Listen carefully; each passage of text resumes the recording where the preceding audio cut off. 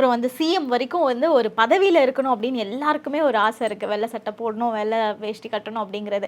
அவங்களுக்கெல்லாம் வந்து ஜின் எந்த முறையில வந்து ரொம்ப பாதுகாப்பாவும், பயனுள்ளதாவும் அமையும் சார்? அவங்களுக்கு யாருக்குமே சரிம்மா, பதவின்றது எல்லாருக்கும் ஒண்ணு தான். சின்ன பதவி அவங்களுக்கு உண்டான அது அவங்களுக்கு தகுதியான பதவி. பெரிய பதவி அவங்களுக்கு உண்டான பதவி. இப்போ மேல நாடுகள்லாம் பார்த்தீங்கன்னா, பிரைம் மினிஸ்டருங்க பெரிய பெரிய அவங்கெல்லாம் நிறைய இடத்துல வாங்கி வச்சு ஜின்ன வழிபடுறவங்க தான். புரியுதுங்களா? ஒரு நாட்டையே ஆள்றாங்க ஜின் மூலியமா. அது பார்த்தீங்கன்னா, அவங்களுக்கு உண்டானது அந்த பவர், அந்த ஜின்னு. தேவையானவங்க இப்போ நீங்க கூட என்ன பண்ணுவீங்க? ஒரு ஆபத்து வருதுன்னா என்ன பண்ணுவீங்க? உங்களுக்கு புடிச்ச கடவுள கண்டிப்பா. வணங்குவீங்க. ஒரு ஆபத்து வருதுன்னா என்ன பண்ணுவீங்க? உங்க நெருங்கின நண்பரை நீங்க கூப்பிட்டுக்குவீங்க. சரிங்களா? ஒரு ஹெல்ப்புக்கு. அதே மாரி தான். அவங்க தற்காத்து கொள்ள தான் அந்த ஜின்ன பயன்படுத்திக்குவாங்க. அவங்க இந்த பதவி, அந்த பதவின்றது கிடையாது. ஜின்ன வச்சுக்கிட்டா கண்டிப்பா தோல்வின்றது கிடையாது. இத நான் அடிச்சு சொல்லுவேன். சரிங்களா? என்ன காரணம்னு கேட்டீங்கன்னா, ஜின்ன வச்சிருக்கிறவங்க தோல்வி அடையிறதே கிடையாது. வாழ்க்கையில பெரிய நோக்கத்துக்கு பெரிய லெவலுக்கு போறவங்க தான் ஜின்ன வச்சிருக்கிறவங்க. இதுல எந்தவித மாற்றமும் இருக்காது. அரசியல் துறைன்றது இல்லம்மா. அரசியல் துறையிலேயும் எந்த நேரம் வேணாலும், எப்போ வேணாலும் அடி போடலாம். ஏன்னா, அதுலேயும் ஒரு சின்ன சின்ன காரணங்கள் மட்டும்தான். இப்போ நம்ம இந்தியாவிலே ஒரு பெரிய சம்பவம் நடந்திருக்குது. ஒரு பெரிய இடத்துல இருந்தாரு. அவங்க பேரனால இப்போ அந்த ஒரு பேரே ஒரு பக்கத்து மாநிலத்தில கெட்டுப்போச்சு. யார் பண்ண தவறு? அவங்க பேரன் பண்ண தப்பு. அத ஒரு பெரிய பதவியில இருந்தவருக்கு அவருக்கு பேர் கெட்டு போய் இன்னைக்கு அந்த அதே ஆட்சியே கவுந்துடுச்சு. அந்த மாரிலாம் போயிருக்குது.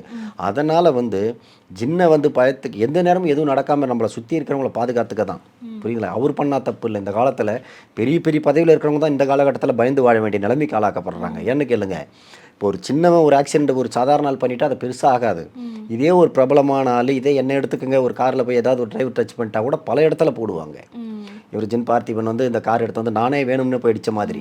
என்னையே சொல்லிக்கிறேன் உதாரணத்துக்கு. அடுத்தவங்கள சொல்லி மனசை கஷ்டப்படுத்தக்கூடாது. அந்த மாதிரி தான் இன்னைக்கு எல்லா துறையிலையும் நடக்குது. அவங்க வந்து தெரியாம நடக்கிறத கூட பெரிய இடத்துல இருக்கிறவங்க தான் இன்னைக்கு பாதுகாப்பா இருக்கணும். கட்டாயம் அவங்க ஜின்ன வச்சுக்கிறதுல தவறே கிடையாது. இப்ப ஜின் நம்ம வச்சிருக்கோம்னா என்ன மாதிரியான டிசிப்ளின்ஸ்லாம் ஃபாலோ பண்ணணும் சார்? ஒழுக்கம் நிறைய இருக்கணும். கரெக்டா இருக்கணும்மா. எப்படின்னு கேட்டிங்கன்னாக்கா, அசுத்தம் செய்துட்டு, தவறு செய்துட்டு எல்லாம் மன்னிக்கும். ஒரு சில தவறுகள வந்து கடவுள்ன்றது வந்து மன்னிக்கப்படும். ஆனா ஜின் மன்னிக்காது.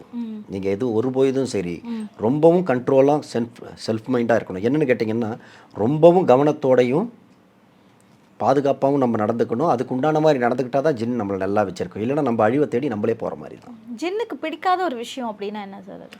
ஜின்னுக்கு பிடிக்காத ஒரு விஷயம்னு இல்லம்மா. பிடிச்சது, பிடிக்காது எல்லாமே அது வந்து கடவுளுக்கு நிகரா தான் வந்து எல்லாத்தையுமே பார்க்கும்.